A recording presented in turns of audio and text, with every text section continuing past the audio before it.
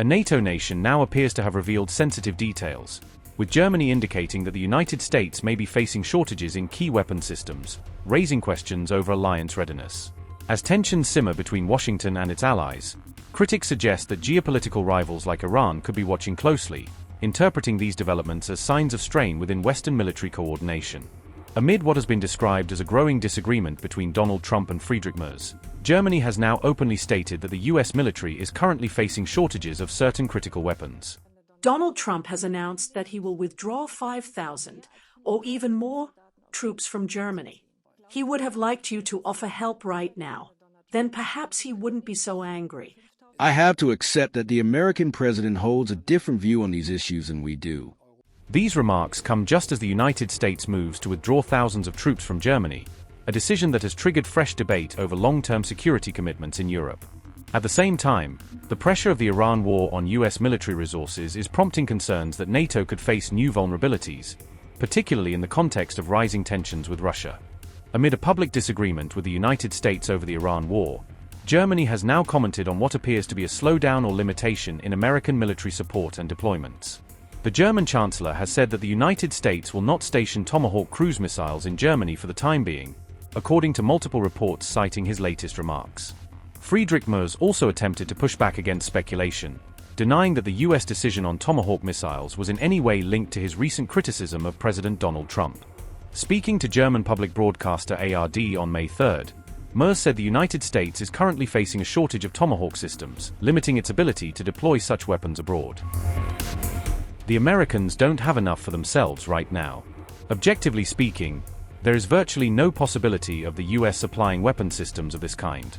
There are absolutely no compromises and no restriction on the US commitment to nuclear deterrence in the NATO area. Unquote. Merz also addressed the issue in a separate interaction with NDR, where he spoke about the planned withdrawal of US troops from Germany and ongoing discussions around that decision. We are trying to work together to solve the problem using the various options available to us. And during my last visit, as well as in our phone calls, I kept telling him that this war is now having a significant impact on us, that we would like to see it brought to an end, and that we are also offering help. We have organized this as well. I helped organize this within the European part of NATO, within the EU. He would have liked you to offer help right now. Then perhaps he wouldn't be so angry. But I told him that too. I told him, if you want us to help you in such a conflict, then give us a call beforehand and ask us. In that respect, it is a difficult situation. I hope that we can find a way out of this situation. In any case, I stand by my fundamental conviction that the transatlantic relationship is of great value to us all. I have to accept that the American president holds a different view on these issues than we do. But that does not alter the fact that I remain convinced that the Americans are important partners for us, the most important ones in the North Atlantic Alliance, and that we have a shared interest in Europe and America working together to end this conflict and then, for example, to end the conflict, the war in Ukraine, to provide joint security guarantees for Ukraine. We have already achieved a great deal together in this regard. We have a different view of this war. That is no secret. I am not alone in this. We have a common aim, and that aim must be Iran must not be allowed to acquire the atomic bomb, and that is what we are working together to achieve. Donald Trump has announced that he will withdraw 5,000, or even more, troops from Germany. There is a contingent of American soldiers in Europe whom Joe Biden has stationed here on a temporary basis.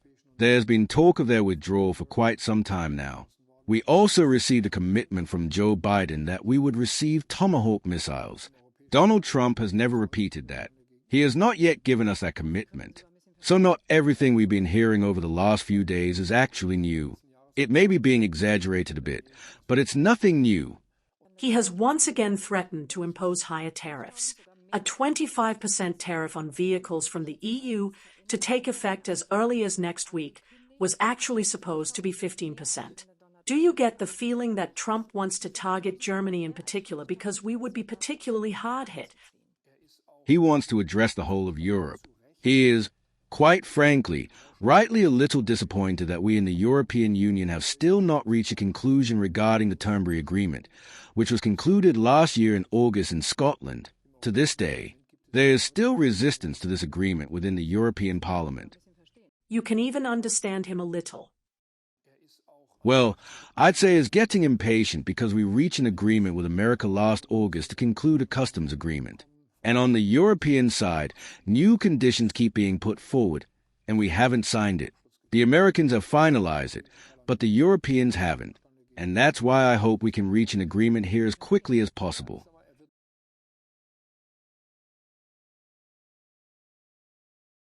The US is withdrawing 5,000 troops from NATO ally Germany, the Pentagon announced on May 1st, following an order signed by Defense Secretary Pete Hegseth. The Pentagon said the withdrawal is expected to be completed over the next 6 to 12 months, as units are redeployed or returned to the United States. Officials noted that this drawdown would bring overall US troop levels in Europe back to roughly their pre-Ukraine war posture.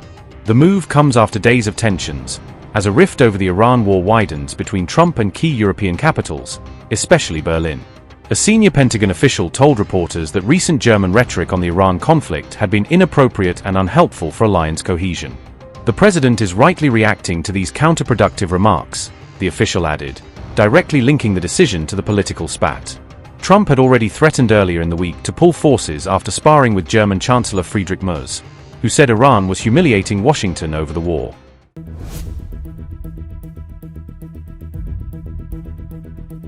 On April 27th, Merz told students that the Americans clearly have no strategy for the Iran conflict, accusing Washington of blundering into a war without an exit plan.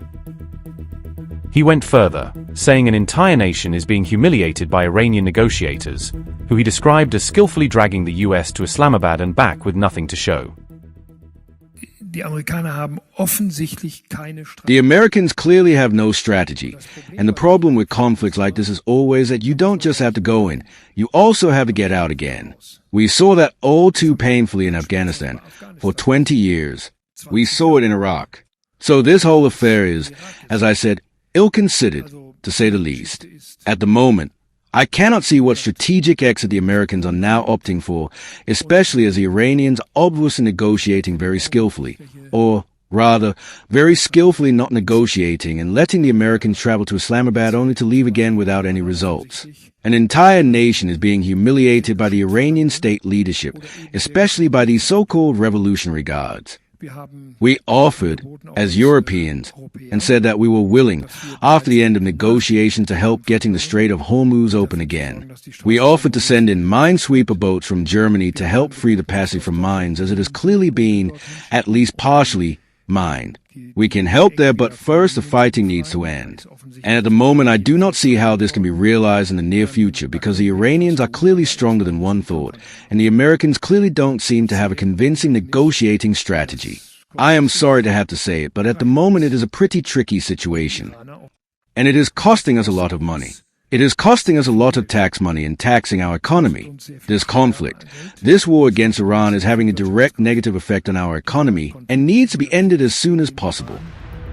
The next day, Trump shot back online, claiming that Merz thinks it's okay for Iran to have a nuclear weapon, and blasting the Chancellor as dangerously naive.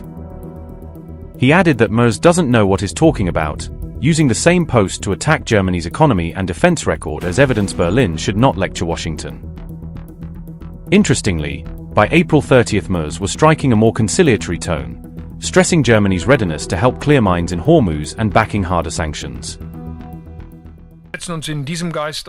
And in this spirit, we are also committed to bringing an end to Iran's blockade of the Strait of Hormuz as a matter of urgency. If the necessary conditions are met, Germany stands ready to take military action to ensure the freedom of navigation. Ahead of last week's European Council meeting in Cyprus, I call for the pressure of sanctions on Tehran to be stepped up once again. For if Hormuz remains blocked, this will cause massive economic damage for us all. Our message is therefore that Iran must come to the negotiating table. It must stop playing for time. It must no longer hold the entire region, and ultimately the whole world, hostage. Iran's military nuclear program must be brought to an end. There must be no further attacks against Israel and our partners in the region. On all these issues, we are in close contact with our partners, including, and particularly, those in Washington. We do this in the shared transatlantic interest. We do so with mutual respect and a fair sharing of the burden.